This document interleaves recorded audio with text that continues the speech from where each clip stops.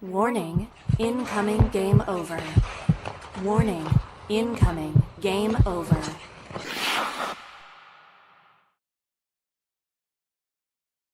Hello, folks. How are we doing on this beautiful, beautiful day? Um, as a Jake Evans enjoyer, that was a great game. Today we have Andrew with us. It's been a little while, and I'm excited to talk with him.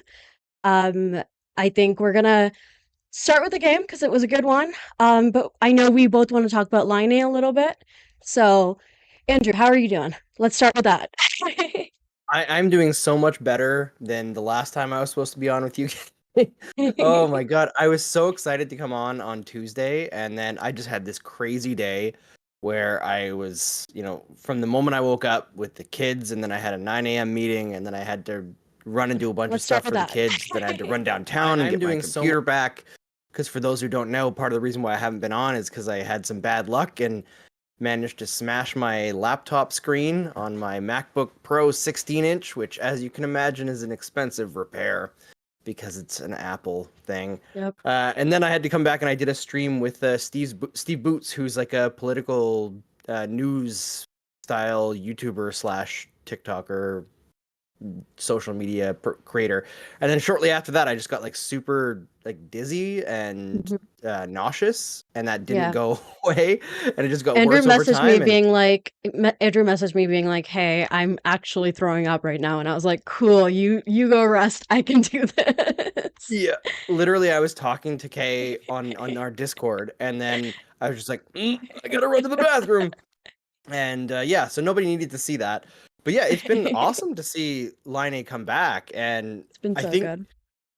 we talked a lot before he came back about not viewing it as like a savior situation, and obviously it's not perfect. He said Yeah. after his first game that he felt horrible out there, and that he felt really slow.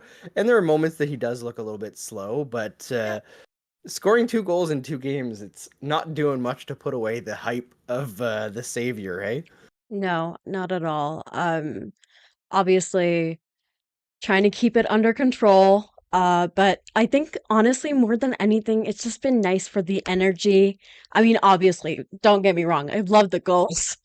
I'm not gonna throw away the goals, but I think the energy feels like this team's just got like a second life to them, which I think it was a little harder for them near this last little patch because I think they felt like they were regressing, which they were correct to feel that way.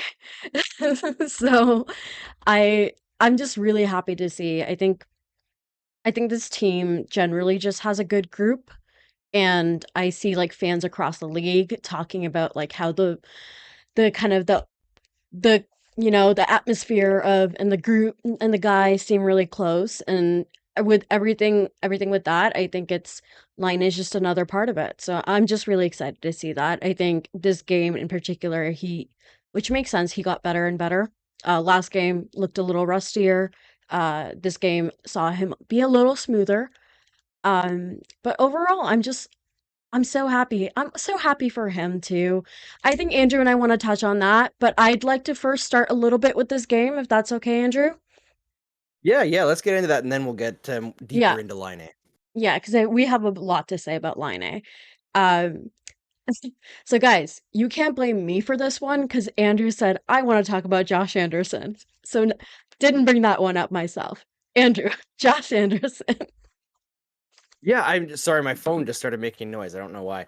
Uh, but Josh Anderson, I've been kind of struggling on what to say about him this season because I feel bad in some ways because what we do necessarily we're going to criticize players, right? And Yeah, Anderson has been an extremely frustrating player to watch for several years now, and yeah, I think sometimes when you're used to criticizing someone and like kind of like reading them for filth for a lot of it, and I don't think a lot of it is necessarily Josh Anderson's fault.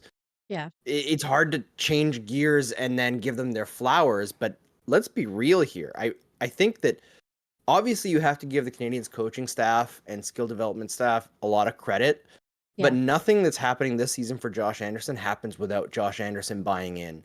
It wasn't And easy. It clearly wasn't no, easy. It clearly wasn't, and there was a long road, and part of it 100% is that he's in the right chair now. Like if they were Yeah. to stick him up with Suzuki and Caulfield, I'm sure it would go predictably badly. But in the right chair, he's making great Yeah. decisions. He's so much more aware of what's going on around him. He's making better decisions with and without the puck. I find the routes that he's taking with the puck are Mhm. more dynamic and aggressive, Yeah. and his aggressiveness, sorry, on defense is remarkable compared to where he was a couple of years ago. So yeah, great. Ramelli points out Uh, in the chat the PK as well. yeah, he's been fantastic, and he was great on the PK the last time they used him on the PK as well.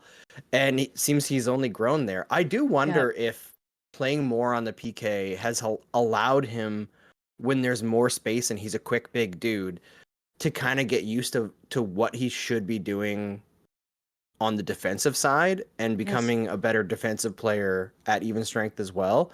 Mhm. Because like there's things that are going his way for sure. Playing with Brendan Gallagher helps almost everyone Yeah. for what, Yeah. 13 years now. Like that's just always been the case. But Anderson is carrying his own bag, Yeah. and I think it's the first time for a long stretch in Montreal that he's been able to say that. Yeah. And I'm just really impressed. And despite the fact that I've been probably the dude's biggest critic in Montreal, I'm really impressed with what he's been able to do this season, and the fact Yeah. that it's not just about being put in the right situation. I know that there's a lot of talk about that, and it's definitely true, but it doesn't happen without Anderson trying his butt off Yeah. for the last several years to get to this point. I think it's like a little bit of the mentality too. Obviously we don't know what was going on last year, but it seemed like it was just a hard year for him overall. And I'm speaking like strictly what we saw on ice. Don't know anything else, so that's all I'm talking about. It seemed like that on ice stuff was making it really hard for him. If you saw the interviews, he was like in his little toque, really sad looking. Uh, as Laura would point out, handsome but still sad. Laura Saba of Locked On Canadians. Um, but I thought like he's been so. I don't think he's ever going to be the player that we were sold he was supposed to be. Yeah. Um, but that's fine. Honestly, it's fine. We can't it's not even grading on a curve at this point. It's literally just about accepting who the player is and expecting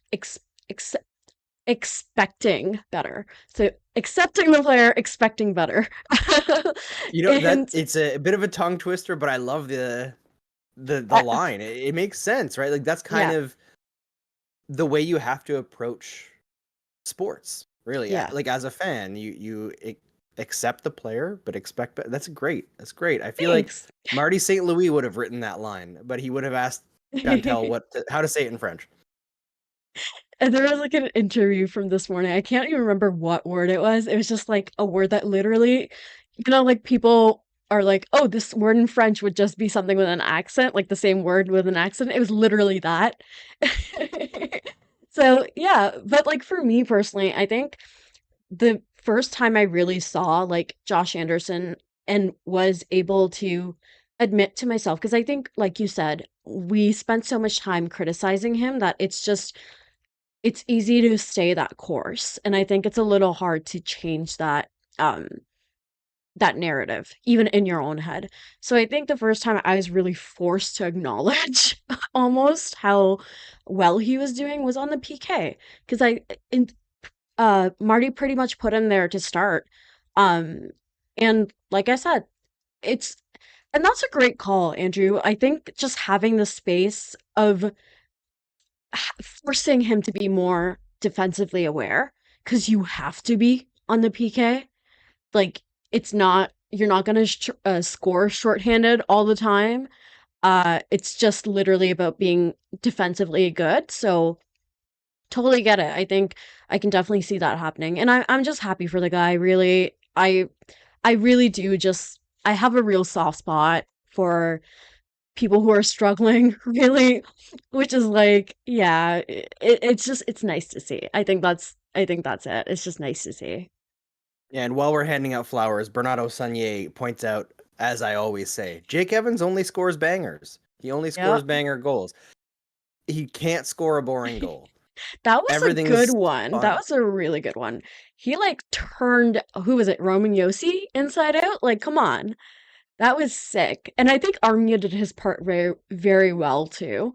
I have, for people who don't follow me on Blue Sky, um, perhaps because I can't spell my name, but that's fine.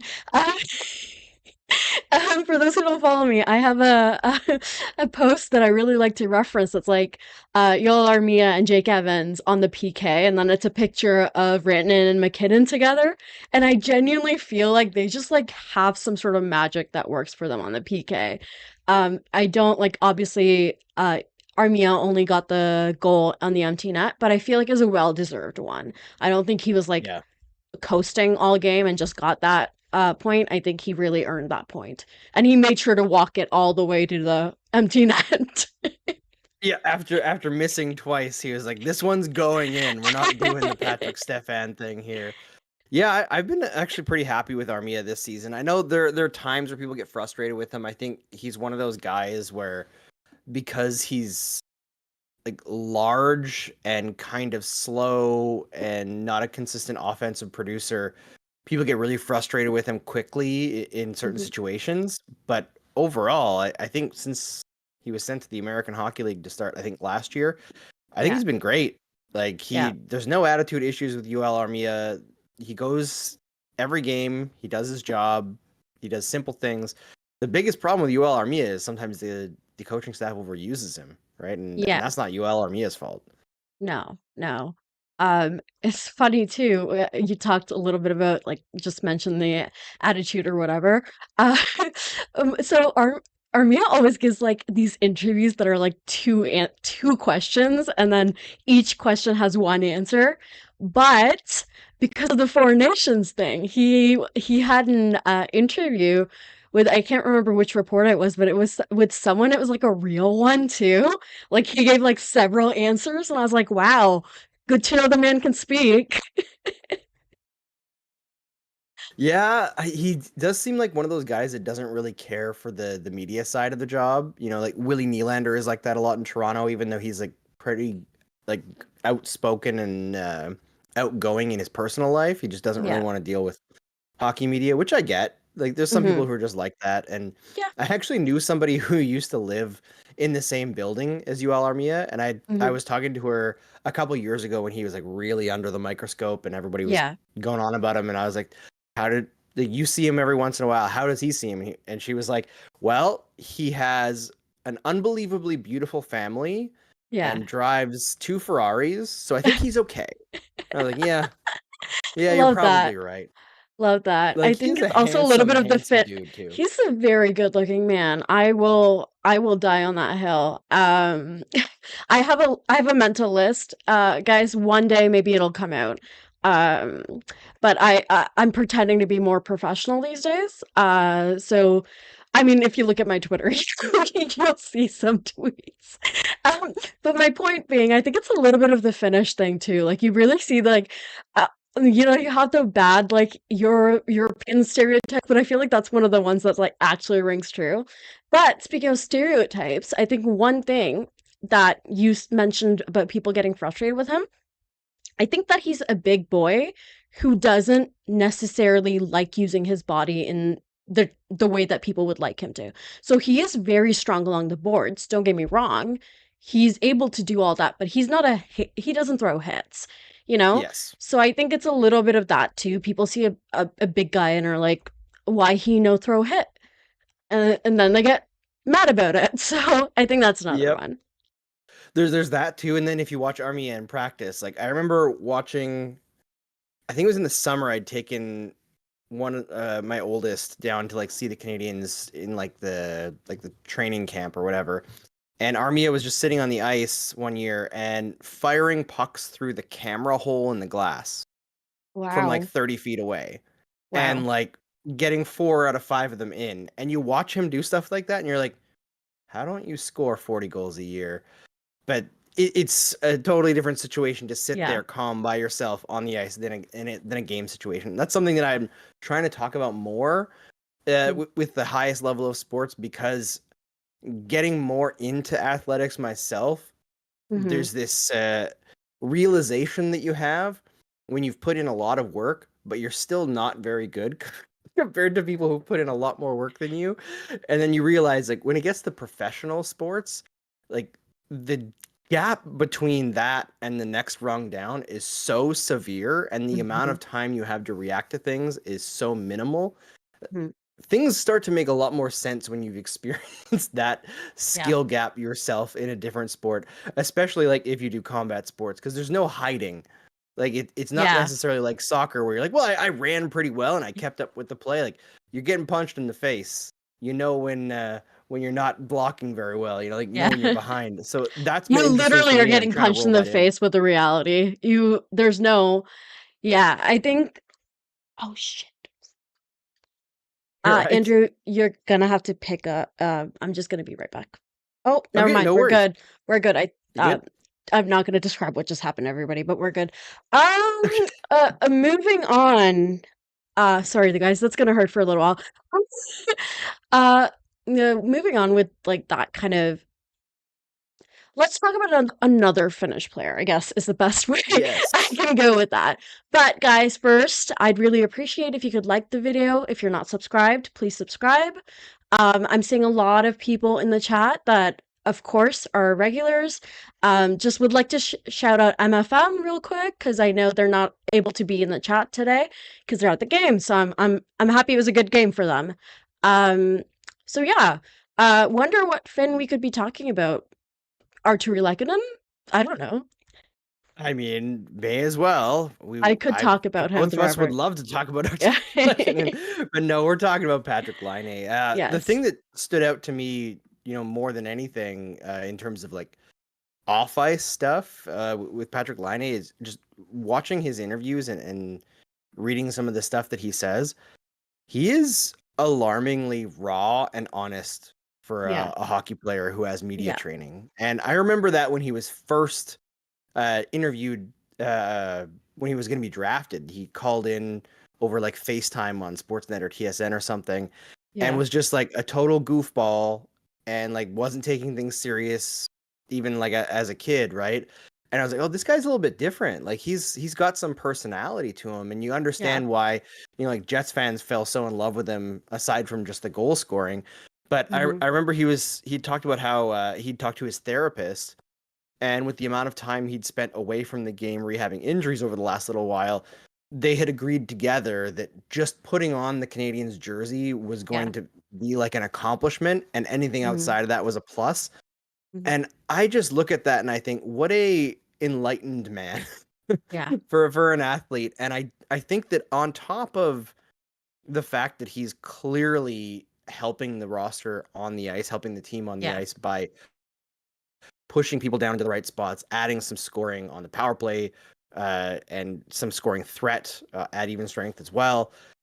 Off the ice, I think his experience with dealing with the tougher parts of being an athlete and Mhm. being at that high point when he was young and then have that tougher middle part of his career in Columbus, I think it's going to be extremely valuable for these Yeah. young players to be around Patrick Laine. And Yeah. I think while early in his career he was seen a lot as a distraction because he was like playing video games and stuff, and maybe a little bit different or like differently wired than a lot of other Yeah. players are.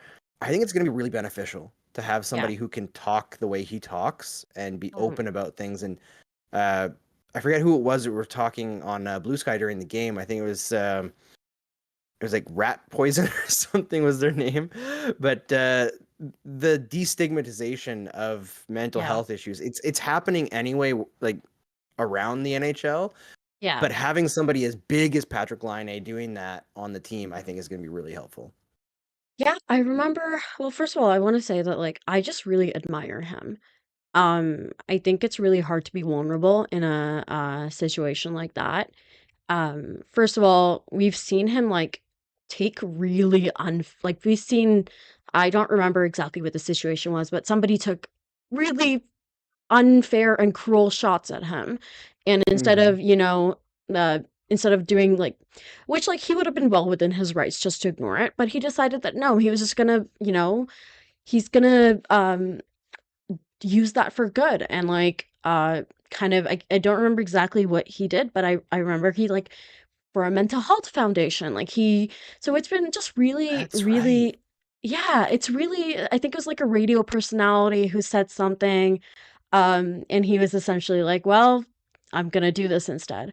Uh, which I think is just like, it's just really, really cool to have a guy who's willing to like talk about stuff like that. Like I have always had a soft spot in my heart. I personally, I've gone to a lot of therapy. And I I feel like the sports world, especially hockey, has always been behind the eight ball with I feel like the world in general was accepting therapy and stuff like that a lot faster. But I'm glad, I'm not complaining, honestly. I'm just glad. And as far as like the kind of effect goes, something that like I really thought a lot about was isn't couldn't this be so useful to Kirby Doc? This, like, You would hope specifically. so. Yeah, I would really, really hope so because I feel like, with the injuries, that's one situation that's, like, really similar about them. I think having, like, honestly, just the really public everything happening, I think, uh, Doc very much feels like Chicago gave up on him because Chicago did give up on him, so there's that slight, and I think obviously Laine, we don't really know for sure, but we've heard rumors about that locker room not being the most cohesive, I guess. Um, Yep. so I'm just, isn't it lovely to see a player just, I don't know, like make it through that and be as still as talented as we see him and still be as fun because he's still like it seems like he's just decided no you can't stop me from being me and again really admire that about him. Yeah, same here. And I really hope it helps Doc as well. Though I had to wonder how Doc felt with like the standing ovation that Laine got and then scoring right away on the Yeah. return and then scoring again right away. And you're like, Yeah. man, I wish that could be me a little bit. Yeah. Because he's had some moments, I think Yeah. Doc is getting better. Why don't we save the checkup on that line and like going into it a little bit for the next one? 'Cause I think Sure. we're going pretty long on the first segment here. Maybe Yeah. should we talk about the new merch? Because we've got some Sure. interesting, fun stuff to tell people. Sure. Sure. Um, Let me just change the layout. Well, we have Andrew, would you like to get started? I know we have a Sure. really exciting little code going for you guys with the holidays coming up. So, Andrew, take it away Yeah, from I here. mean, I woke up today and it's snow everywhere in Montreal now, so it's getting colder out there. We need some warmth. So we've got this skater hoodie out there. We've got the Live and Die by the Goalie hoodie as well, and we've got a Game Over Network beanie or toque, whatever you prefer. I probably would say toque more often because we're Canadian here, but it doesn't have a pom pom on the top, so I feel like Yeah. you can get away with beanie. But I was talking to an American today that if you're calling a winter hat with a pom pom on top a Yeah. beanie, you're just wrong. No. That's a toque.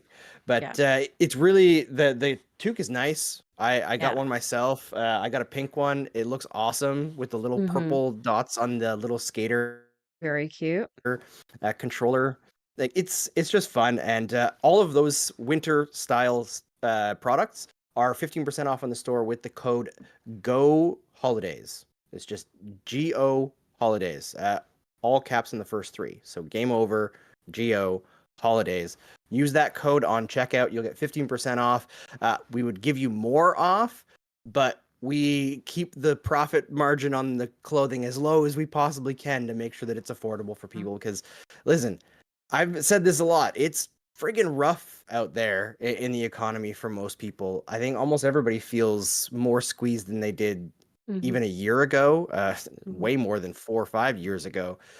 So we try to do things in a way that isn't super expensive for folks. So 15% off over the holiday season. Hopefully you can find it in your heart and wallet to support us as we grow this Mhm. company and try to create something really cool. But yeah, check out the Game Over shop. We've also got some other new products in there as well. The We've dad got cap. a I love the dad cap. Right? It looks Yeah. so good. I gotta get one of those myself. I Yeah. gotta get a Yeah. Montreal one. And also, there's a couple like hair accessories in there as well for women. There's a Hmm. bandana and a headband. Gonna add some more of that kind of stuff as we go on here. We're just there's so many things on our plate as we try to build this Yeah. up. Things are slow going, but it gets closer and closer every day. Hmm. Hmm. Yeah, I ordered the Live and Die by the Goalie hoodie, which feels apt for today's game because holy shit, Monty, eh? How did we like get through a whole segment and not even mention I him? I know know. we were It was planning on I doing was it in the second one, vibrating but too. I was like basically shaking with the urge to. I held myself back. But Monty, oh my God. now I don't want to give bad journalism the time of day, but I feel like we have to just for a second talk about Yep. that absolutely absurd post from David Staples today on Terrible. Sam Montembeault, Terrible. saying that this was basically like a forced decision based on like diversity for Team Canada to include like a Quebecer. I'm sorry, but F you. That Yeah. is gross. Yeah. And whoever is their insider that leaked that, get the hell out of here. That is Yeah. so clearly not the case. Yeah. I think When it has was Hockey like Canada ever done that for no. Francophone? No, for those who didn't see, there was an article put out about how Monty was essentially chosen because Hockey Canada wanted to keep Hockey Quebec happy, and because he was the only francophone player, which I feel like is more proof that like it's not actually about that. Um, and like Mark made like a great tweet where he was like, "All those goals were they made by Monty's skill or by him being a francophone?" Like it was like, or by politics. It was like, yeah, he's good. Just because you also like let's be honest, there was a lot of we want Skinner there instead from the Edmonton side, which is ridiculous because even the Edmonton fans I follow are like, hey, maybe not, like maybe not Skinner. Could we find a goalie? Which, like, by the way, if they had managed to pry Monty away last year when they were apparently searching for Oh, a goalie at the deadline, they win the cup. yeah, yeah, Easy. yeah. Like, wow, it's never easy, It's never but easy, but the way they were playing, the way it was going, very, very well could have happened for them. So, absolutely just so unfair to him and his skills, and I'm sure he's not losing any sleep over that commentary. So, good for him because I started my day very upset, like very mad about that because it was just it's not fair. And he's look at his face. If you look at a guy, his nickname is Snacks. Look at his little round face. How can you tell him that? And his numbers. Don't remember his numbers too. But look at his face and tell him that. It's well, and no. it's just so like old head media, like legacy media garbage that clearly Dave Staples doesn't even know much about the Oilers. No. Uh, he's a terrible hockey person. He's a terrible person in Person. general. Like in Yeah. politics, he's a fucking awful person. Yeah. But like, let's be real. Sam Montembeault. Yes, the Canadians have been terrible for a few years now. Like Sam Montembeault's entire NHL career, essentially. But Hmm. outside of that first year where he was playing injured almost the entire time, and the Canadians Yeah. were like a gong show, he's Yeah. been fantastic. Like he goes up and down, sure, but most players and most goalies do. There's not the structure and support in Montreal to keep him consistent. You know what I mean? Hmm. Like Hmm. he is in a wildly uncontrollable situation and continues to put his best foot forward, doesn't get rattled, Yeah. like shuts off bad games. You know, how he played last year in the World Championships also I think looms large. Like Yep. that stuff matters to Team Canada. So I think the insinuation just it really bugs me, Yeah. and the fact that somebody would even like put that out Be like, there, it kind of says it shows how shitty our media or like atmosphere yeah. is. Yeah, And guys, I would again, highly encourage you to follow independent media. It's definitely the way to go, especially in this country with all our media, essentially all our stuff really being three mining companies in a trench coat. yeah, and not to be totally off topic here, but I should say while we're talking, like political stuff, because this is all political. Yeah. Everything in life is political. Uh, Solidarity to our brothers and sisters and family in the postal work industry, Canada Post Yes. workers who are on strike right now, who continue to show how incredibly essential they are. And Canada Post doesn't seem to Yeah. understand. Uh, this is an incredibly important thing for Canada. For those who don't know, a postal worker strike through Canada Post was how Canada ended up getting much better maternity leave and paid maternity Yes. leave and paternity leave Yep. compared to the US. We used to be the exact same, only 12 Mhm. weeks, and I don't think it was all paid back then either. And the Canada Postal Worker strike, I think in the 80s, maybe early 90s, is what pushed that in the right direction, and the dominoes started to fall to get better maternity Mhm. leave, where it's now up to 50 weeks. Mhm. So Mhm. all this stuff matters, and also Sam Montembeault matters as he continues to prove it. My God, he was Continues to so keyed in rock. tonight. Yeah, So keyed in tonight. it was like just really quickly I saw great comment in the chat where oh geez. Yes. Alexandra says that Monty feels like he's motivated by praise and Nick is motivated by spite. And I think that's so true. It's just today, like I think it's one of those nights where the Habs played good. Um Relatively speaking for the Habs, especially on the penalty kill, I thought they did pretty good. Um, but at the end of the day, it was still Monty you saw making those 6 saves. I noticed his rebound control wasn't as good as it usually is, but I think Agreed. that Yeah. was also like I saw a lot of stuff bouncing off him that he'd usually grab, but at the end of the day, he got a shutout. So who am I to judge? Yeah, it seemed like stuff was bouncing off of him, and it like just far enough that he couldn't get Yes. his glove on it to control, like a few different times tonight. I totally agree with you on that. But I find Montembeault is one of those goaltenders where he's kind of like Marc-Andre Fleury, where he's super athletic and reactive, and when he's keyed Mhm. in, it's like you cannot get through him. He's Yeah. so good. But when he's slightly off of his game, he's like overreacting a little bit, over pushing side to side, and you can get him moving and kind of get pucks through him. But I was so impressed with his like management of the space in front of him tonight, and his fight through screens and battles in front. There was Mhm. times where Predators players would run over him, and he was still getting Yeah. his way through to the puck. Just really impressive night for him overall. And I know everybody wants us to talk about the Laine Dach Slafkovsky line, and I think it's an interesting start so far, because on the defensive side, actually at even strength in general, the numbers are astonishingly bad through two Mhm. games. Mhm. And I get that that might worry some folks, but we also have to remember that two of those three players are coming back from significant long-term injuries, Mhm. and the other is Slafkovsky, who is trying his butt off, but I think is also still nursing something. And it seems Also, like Doc let's hasn't. not forget sophomore season. He's got the everybody says it, and I don't know if there's actual data on it, but it seems like a lot of the young guys kind of deal with that for whatever reason.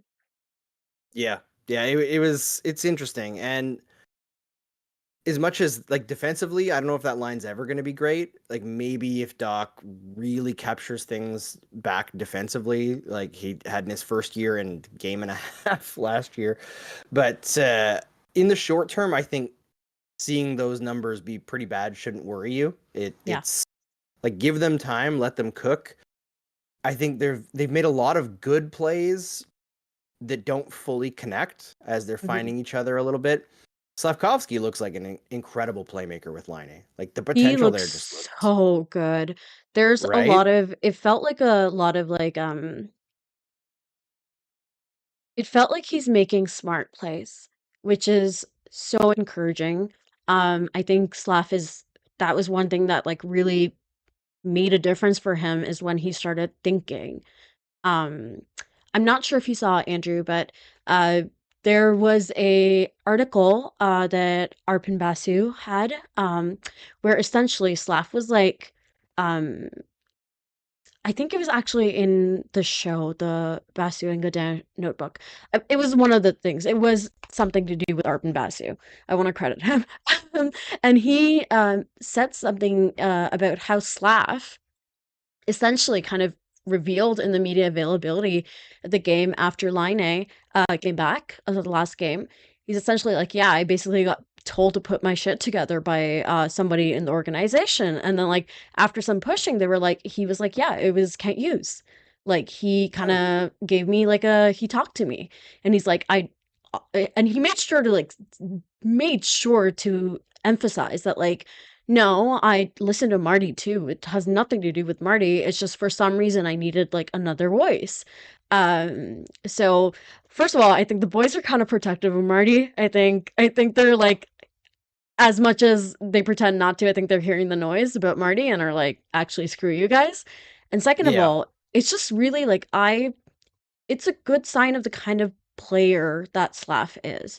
Again, I think it all comes back to all his physical attributes. Of course, he's like a freak physically, like he really is, and he's only going to get stronger with as young as he is.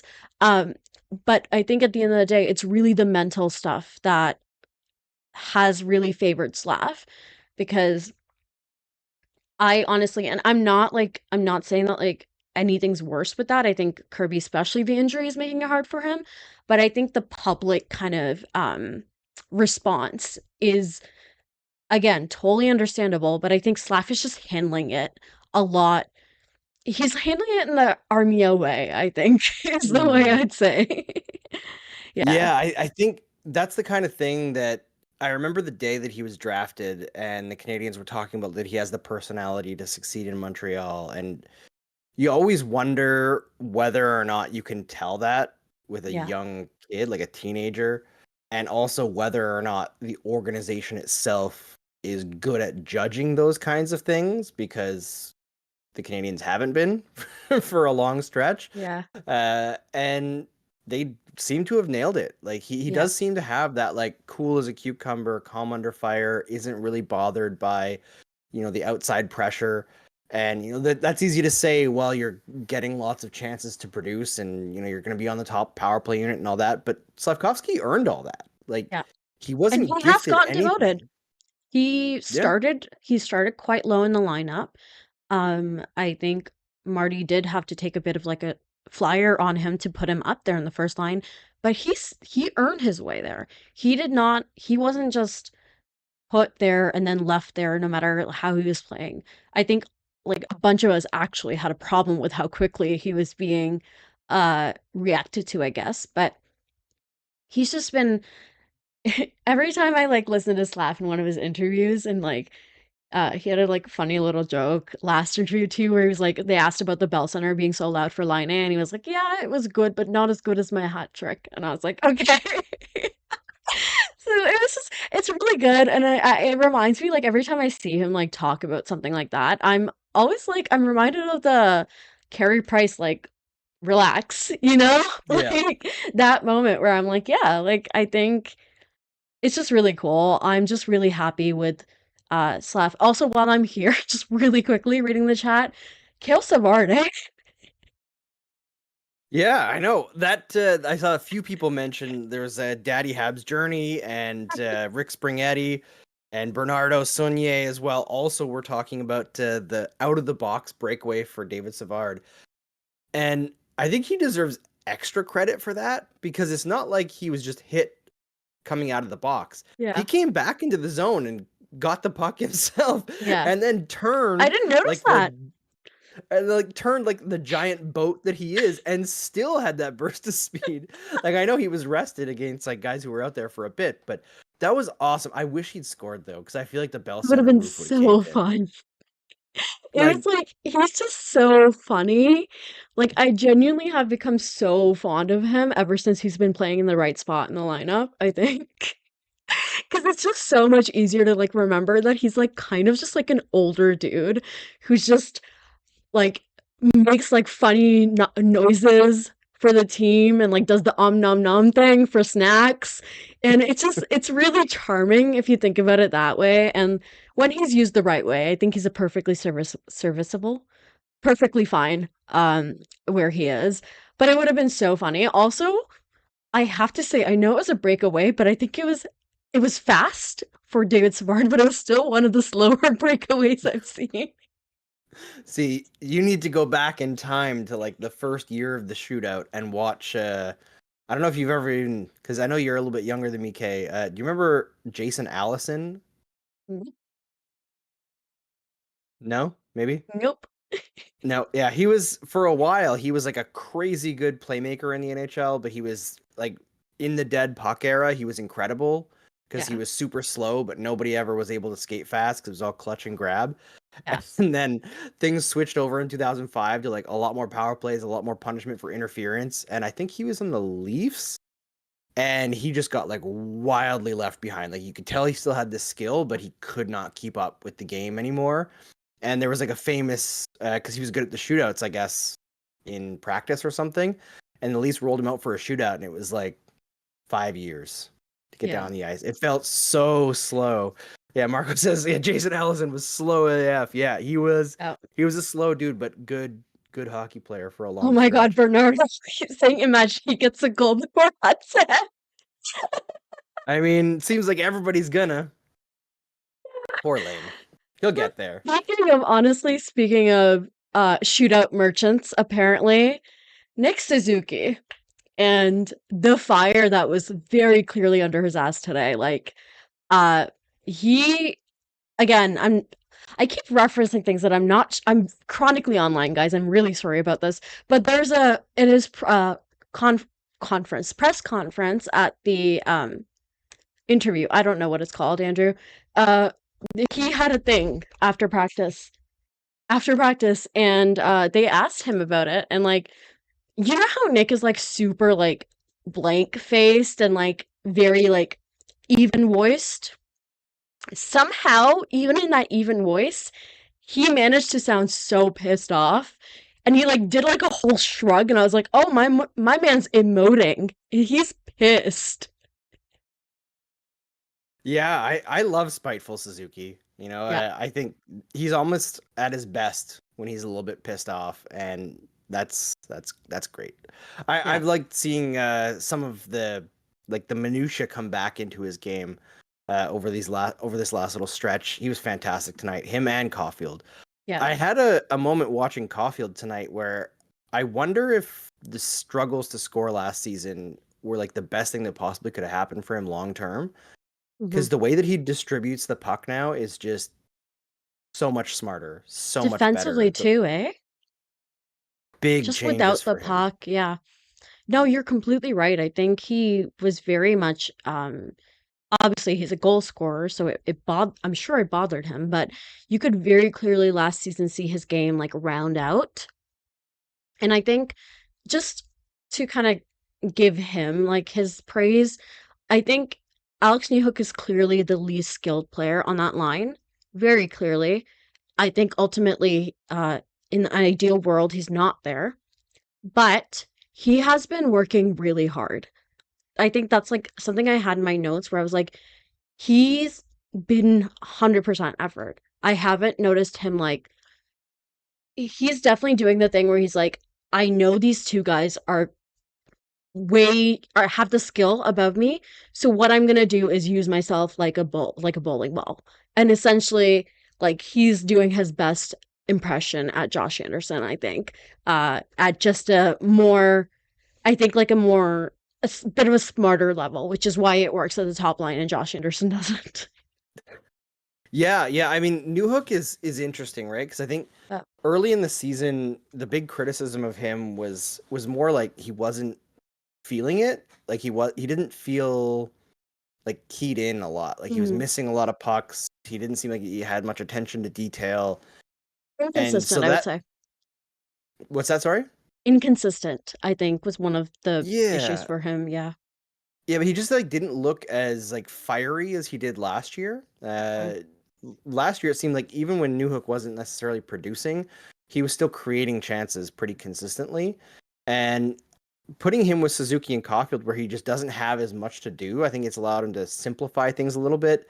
Yeah. And I'm sure they just tell him like use your speed, Yeah. skate straight at the net and scare them a little bit. And Hmm. he kind of just does that over and over again, runs a smart route, and it scares the defense into having to try to deal with his speed. And all of a sudden, Hmm. Caulfield and Suzuki have a bit more space. I don't think it's a long-term fit, but No. it's working right now, and that's For fun. right now, yeah, I think the good thing about him is because of his speed, I feel like it like almost tricks the opposing players into thinking he's a bigger threat than he is.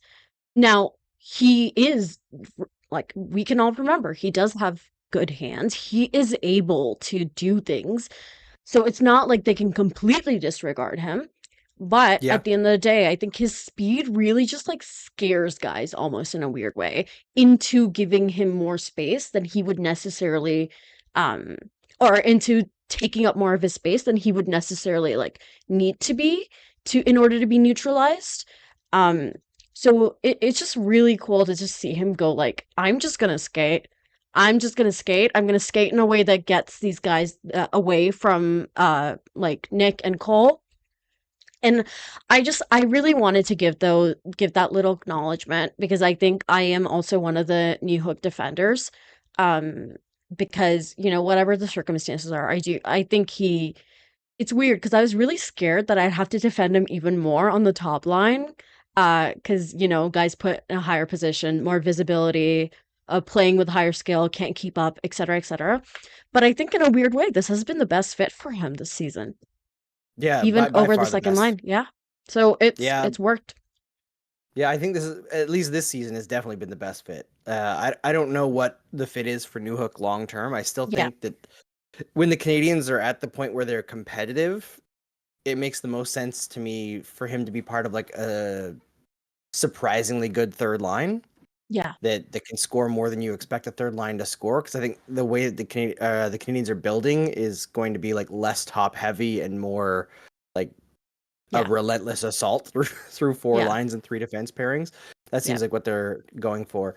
But yeah, it's been fun to watch. I mean, this is something that I think we try to do as best as we can on this show. K is like there are times when players are frustrating, Yeah. and when they're playing poorly or making bad decisions, you know, like we'll talk about that.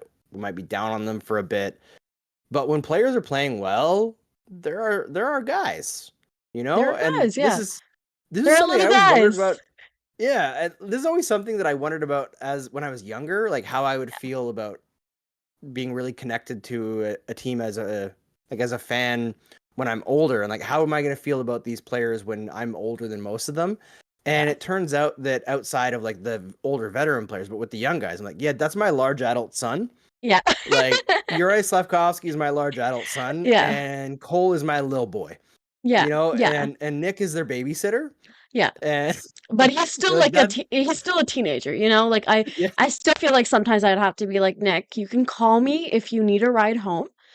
Don't, you know, don't come home, don't get in a car with anybody who isn't in a state to drive. You can always call, I'll always pick you up."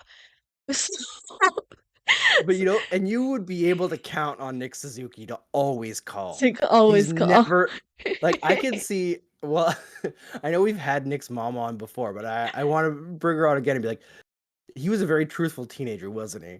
Like Yeah. I just get that feeling from Nick Yeah. Suzuki. He's Yeah. always above board. Yeah. But like speaking Bernardo of kind says, of Laine Hudson is your baby. Yes. I mean, he literally feels like I'm scared that like I'm scared. So when I'm holding a baby, right? As a non-parent, I always have this fear that I'm gonna like accidentally like hurt them and like or like, you know, do something. They're so small, they're so fragile, especially like fresh babies. I'm always so scared that I'm like, honestly, sometimes I look at Lane Hudson and I'm like, put him under 5 layers of padding. But he's been good at like not really getting caught. Um, but speaking of Nick Suzuki being an honest player, man, I am I'm really glad that he was like really honest about that. I'm pissed. He didn't like do the deferring thing and like being like, well, you know, blah, blah, blah. He made it clear that like I'm, you know, I want to prove these people wrong. And frankly, I'm Yeah. not sure how you feel about Four Nations, But I'm obviously, as a fan, and I said this on the last show too, but as a fan, I'm not thrilled by him being left off. But my real, I'm not gonna get like super pissy until the Olympics, I think. Yeah, I think Suzuki deserves to be there. Um, I it's not the inclusion or lack of inclusion that shocked me. I was more surprised about like Colton Parayko being Yeah. there because he's Or been Bouchard, eh? bad. Yeah. Or like, isn't Noah Dobson Canadian? Isn't he? Don't know that one. Maybe I'm wrong. No, he is. Noah Dobson's Is he? Canadian. No, Noah Dobson not being there is a farce. Mm-hmm. Like I like Travis Sanheim. I think he's good. Alex Pietrangelo is like I get that he's a Team Canada staple, but Yeah. is he the guy still? Like I Every don't time think he's anybody talks even about him, I just remember that one video of him being mic'd up at the Winter Classic where he sees Nathan McKinnon coming down the ice and he's like, literally, oh boy. That's all I know. That's all I can remember, like, genuinely, like, about him. Um, it's been some interesting choices there. See, the thing that really yeah, shocks me about Nick not making it is because Team Canada tends to love those kind of guys. You know, like the the two-way, versatile guys. responsible, versatile, can be put wherever they need to be. I like I just don't I wasn't honestly by the time the insiders like they pretty much leaked the rosters and like the big question marks anyways like a day up to it. So I was braced for him not being there. But I was still like this just seems a little out of character. I don't know. Yeah, there's some odd choices on there. Clearly they're bringing a team with a specific flavor.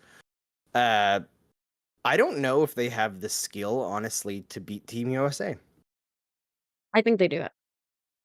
I They think they could. do I it. mean, it's still Team Canada, right? You still have Connor McDavid. You still have Cale Makar. You still have Sidney Crosby, Nathan McKinnon. Like, there's a lot there. But is Sam Bennett team quality or Team Canada quality? Like, Anthony Cirelli is just a Nick Suzuki who's not as good.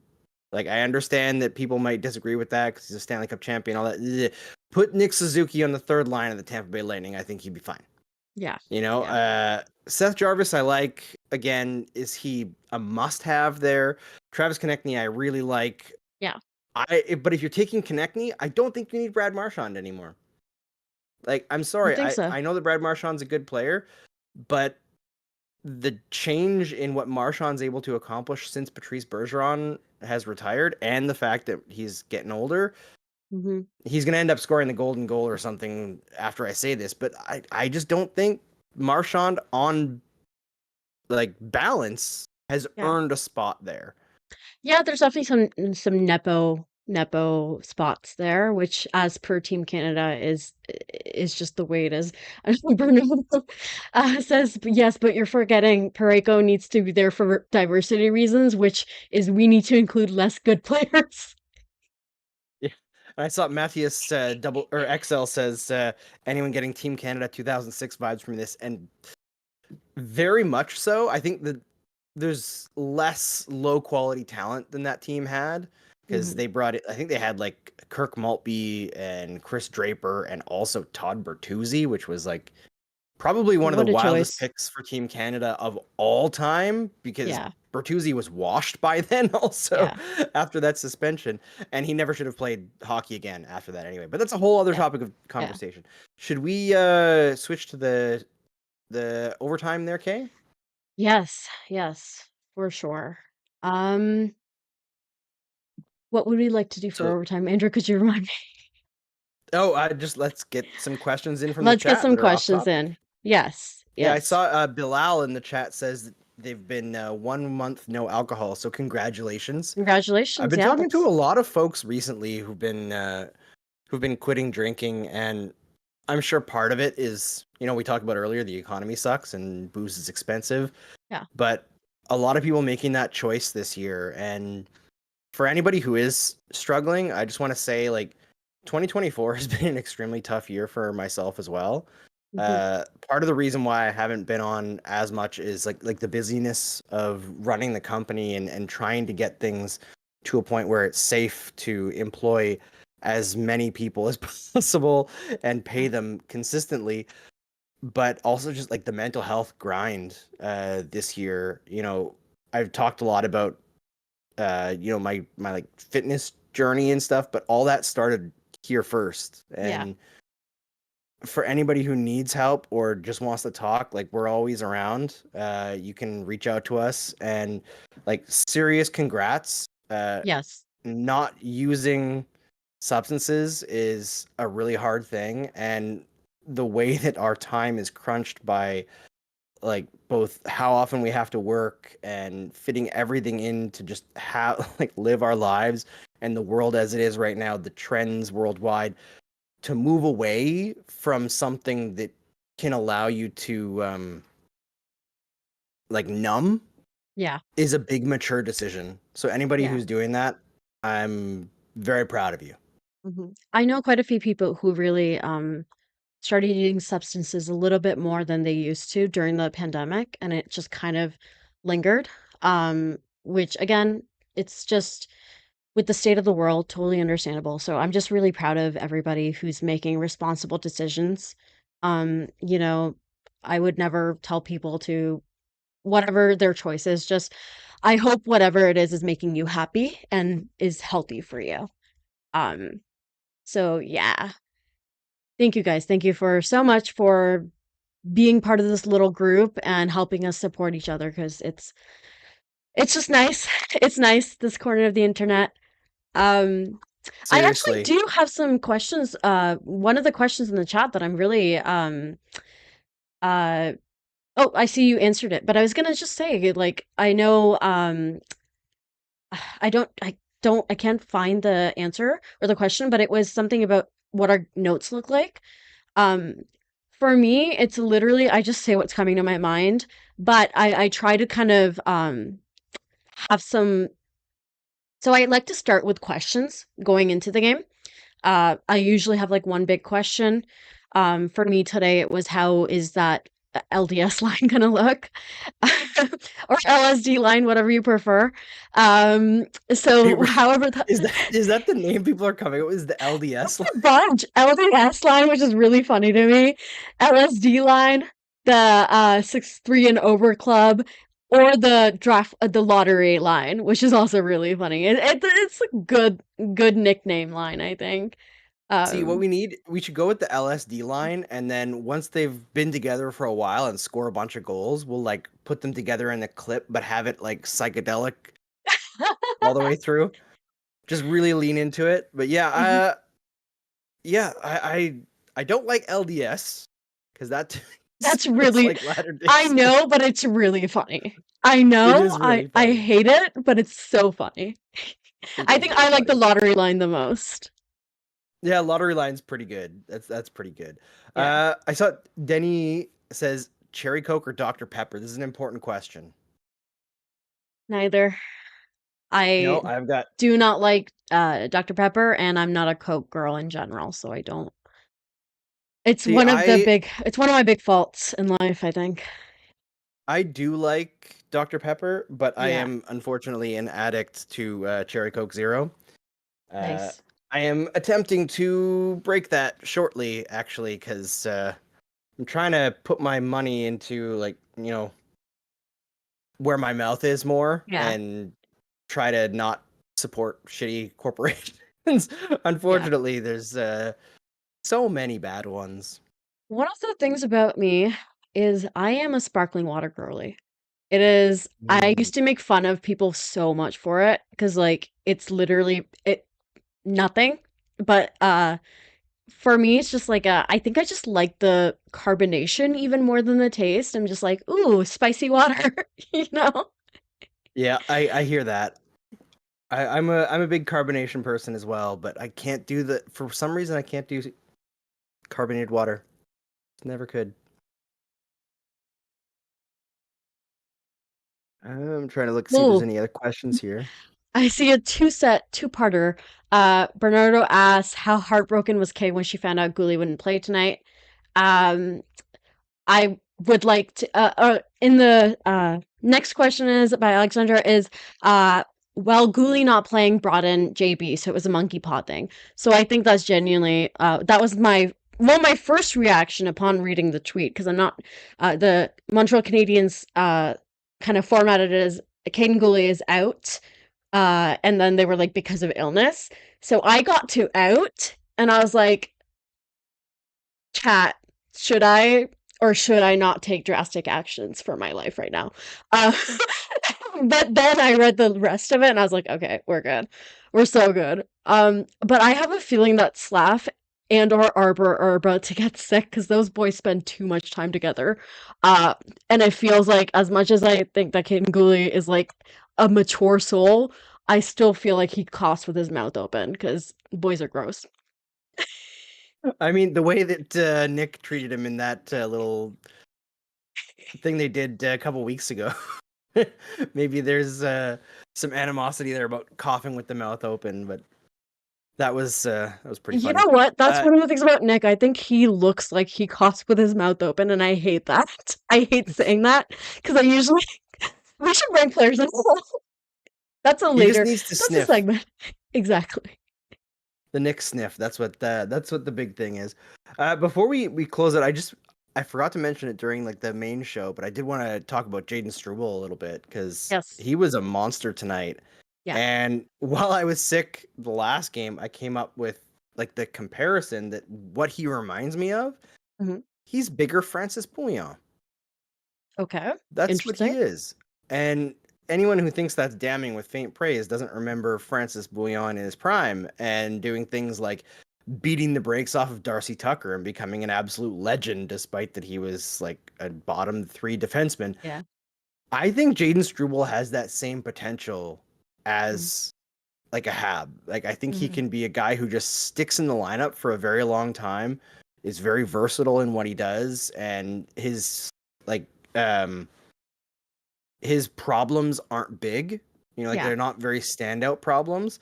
Yeah. And once in a while he catches somebody and you're like, "Oh, this Oof. guy who's like not necessarily that big looking Yeah. is an absolute monster." So And solid. it's awesome. Like he just adds energy randomly. Him and Jackai tonight also had some phenomenal Sick. hits. There were some really good and like very clean hits, which is really nice to see. And it proves that you actually don't need to hit people in a way that causes them injury, Jacob Truba. Um, but with Struble, one thing is I'm starting to see that he's starting to get reputation calls, which is not to say that today's wasn't earned. It was earned. I'm not gonna lie about that one, but That was a it little very, soft, to be you honest. think so?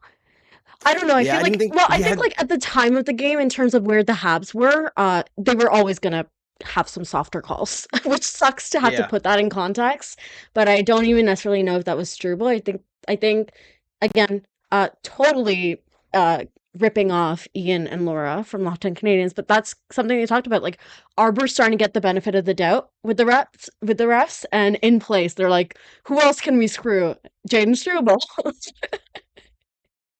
Oh God. Matthias XL says thank you for reminding me of Kovalev elbowing Tucker in like 2006. Yeah, that's fantastic. I want to look into seeing if we could just put like a close up of the elbow on like Mhm. Darcy Tucker's chin on a shirt without getting in trouble because I would wear that. That's like an all-timer Habs I moment, as feel much like as it that was would get you incredibly in dirty. trouble. I feel like that would get you in trouble. It might get you in trouble. Just like a Habs elbow. It would be like his Like, stupid goatee. Do you remember Darcy Tucker's stupid goatee that he had? You might be too young. Anybody in the chat who's old remembers Darcy Tucker and his stupid goatee. All wait, right, before we go, we I'm can just gonna look probably that up. Tucker goatee.